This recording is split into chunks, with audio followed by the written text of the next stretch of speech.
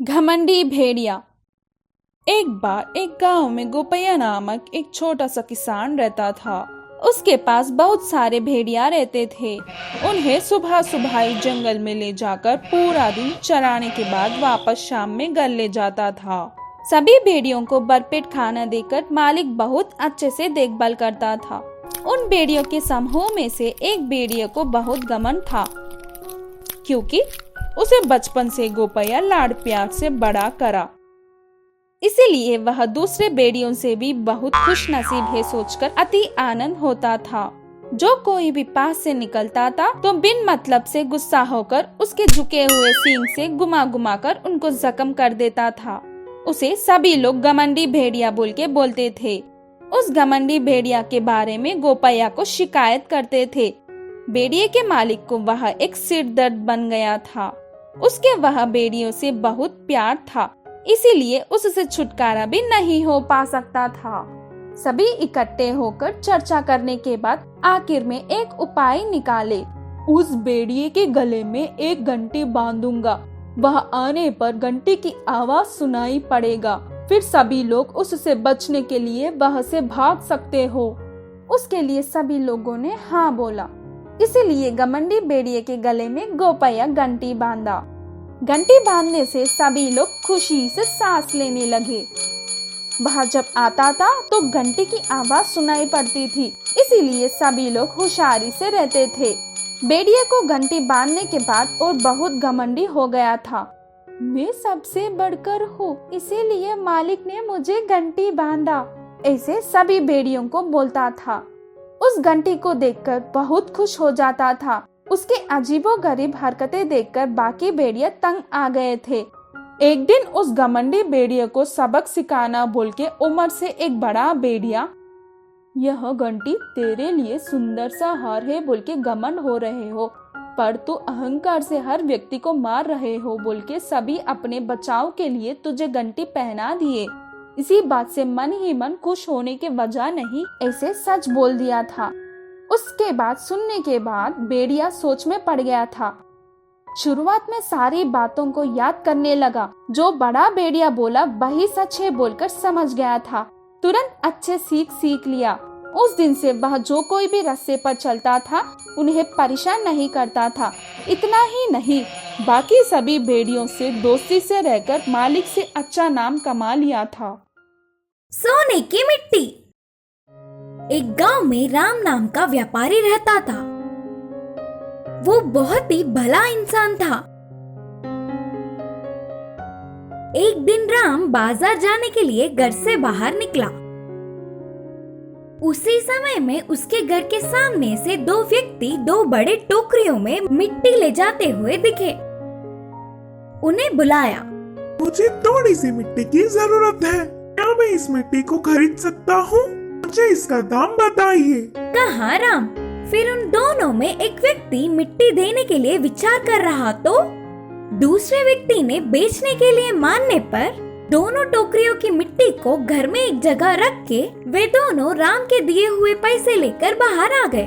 फिर से दोनों में से एक ने कहा, इस मिट्टी को जमींदार जी ने ले आने के लिए कहा था ना, तुमने इसे बेच दिया, अब जमींदार जी से क्या कहेंगे? तब दूसरे ने कहा, डरने की कोई बात नहीं, नदी के पास बहुत सारी मिट्टी है, फिर से वापस लौटकर मिट्टी लाके जमींदार जी को दे देंगे करके बोला। दोनों नदी के पास जाकर मिट्टी लाकर जमींदार जी से मिले और उनके बोलने पर उन मिट्टी की टोकरियों को बंगले में एक जगह रखकर वहां से चले गए। दूसरे ही दिन ठीक समय देखकर जमींदार उस कमरे में गए और उन टोकरियों को देखकर परेशान हो गए। ये क्या अभी भी मिट्टी के जैसा ही है करके सोचा। दोनों टोकरियों की जांच किया तो सब कुछ जैसे का वैसा ही था। तुरंत साधु को बुलवाया। आपके कहने पर शुभ मुहूर्त है करके नदी से मिट्टी मंगवाकर इस कमरे में रखवाया। इस लाई हुई मिट्टी एक दिन बीतने के बाद सोने में बदल जाएगा, कहा था ना आपने, तो फिर ये मिट्टी ऐसा ही क्यों है? जमींदार ने पूछा। तब साधु ने कहा, नहीं नहीं, तेरी कही हुई बात बिल्कुल सच है, कहीं न कहीं कुछ गड़बड़ हुई होगी। अब जमींदार उस पर थोड़ा भी विश्वास ना करने पर साधु चला गया। वहाँ ऐसे चल रहा था तो यहाँ राम मिट्टी रखी हुई कमरे में जाकर देखने पर वह चमकता हुआ दिखा। ये क्या, मिट्टी चमक रही है? बोलकर पास जाकर देखा। अरे ये तो सोना है। भला मिट्टी सोने में कैसे बदल सकता है? सोचते हुए चौंक गया। उस दिन के पूरी रात में वह उसका तो नहीं, उसे क्या करूं करके सोचता रहा। उस सोने को कर्ज झेलने वाले गरीबों में बांटने के लिए जमींदार की मदद लेने का निर्णय किया। राम सुबह ही उठ के सीधे जमींदार के पास जाकर कहा, जमींदार जी, मैं आपसे एक बात बोलना चाहता हूँ। अच्छा ठीक है, बोलो। जमींदार ने कहा, मेरा नाम राम है। मैंने कल 2 व्यक्तियों के पास से मिट्टी खरीदा था। बोलते हुए शुरू करके उनके पास आने तक की पूरी बात बताया। यह पूरी बात सुनकर जमींदार ने सोचा, साधु की बात सही हुई। सब कुछ उनके बोलने के मुताबिक ही हुआ, लेकिन मिट्टी इसके पास पहुंचा।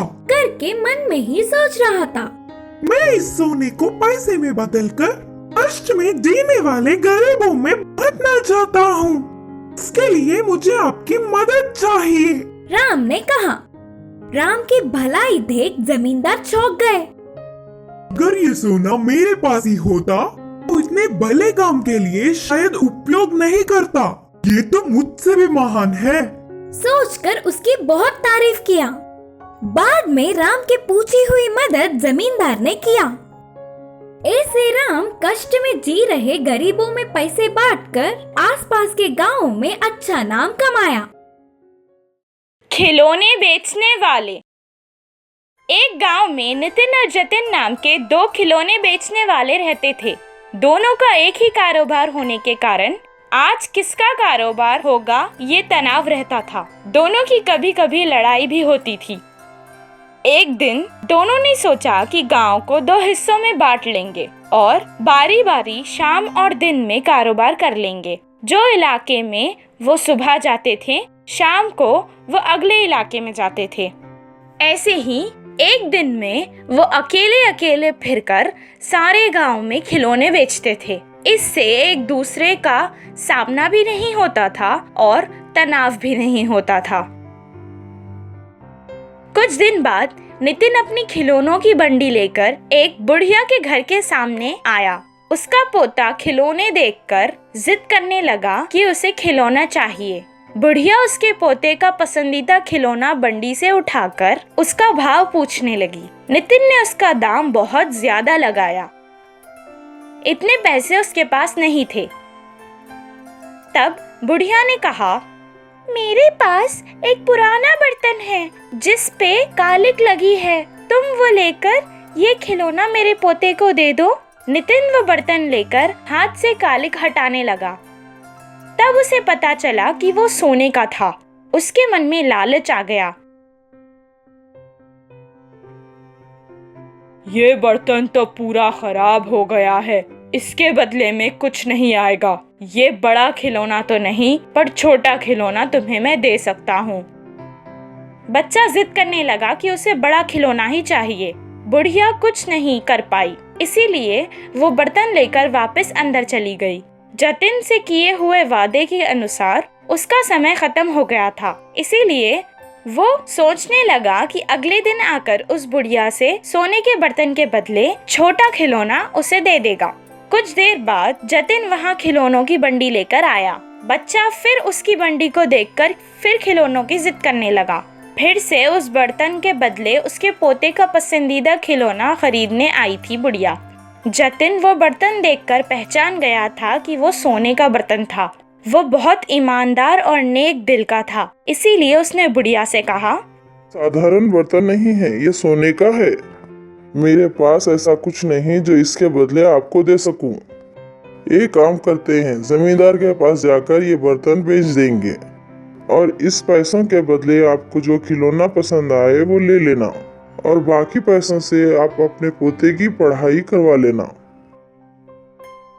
इतना कहकर वो जमींदार के पास ले आया। जमींदार को वो सारा हाल सुनाने लगा। उसने बुढ़िया से वो बर्तन खरीद लिया और उसके बदले उसे पैसे दे दिए। और जतिन की ईमानदारी से खुश होकर जमींदार ने उसे एक इनाम भी दिया। अगले दिन नितिन वहाँ अपने व्यापार के लिए आया। उसके बेईमानी के बारे में सब गांव वालों को पता चल गया था, इसीलिए कोई उससे खिलौने नहीं ले रहा था। उसका बहुत नुकसान होने के कारण वो उस गांव को छोड़कर वहाँ से चला गया। इस कहानी से हमें ये शिक्षा मिलती है कि ईमानदार का कभी भी अच्छा ही होता है।